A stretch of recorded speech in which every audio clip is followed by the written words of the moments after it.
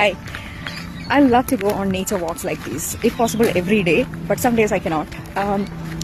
Sometimes I listen to podcasts and conversations on YouTube. At other times, I actually use these walks to think about various things. For example, I do seriously think about the future of the world and future of education, for example. Especially in this AI world, what's going to happen to education? And what is going to be the purpose of education? What is the purpose of knowledge creation? Because the entire knowledge has been loaded into machines and is available on our fingertips. In olden days, knowledge was actually passed on from one generation to the other, from gurus to shishyas. And today, that's not required. For example, what will happen to universities? Why do we even need a university? Even now, one of the main purposes of universities is to produce employable graduates and who can be deployed in companies, organizations, in society, in community, doing amazing work.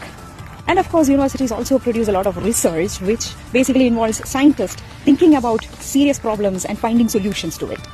But in today's AI world, when everything is so fastly changing, what is that right course or what is that right university degree that you should be taking?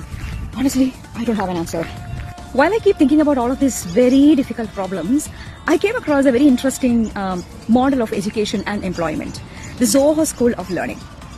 So when I went through their website, what I understood is that they have specific technology, design and other programs which actually enables a fresh graduate to get a job directly. The best part of it is that they don't pay any tuition fees. Instead, they get a stipend for joining this program.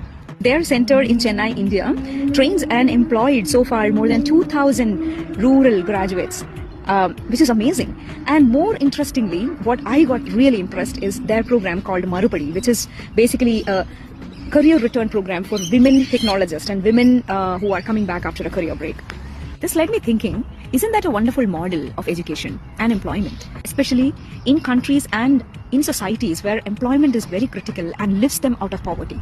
Instead of spending lakhs and millions on getting education in a university without any employment or employability skills, isn't this a wonderful model?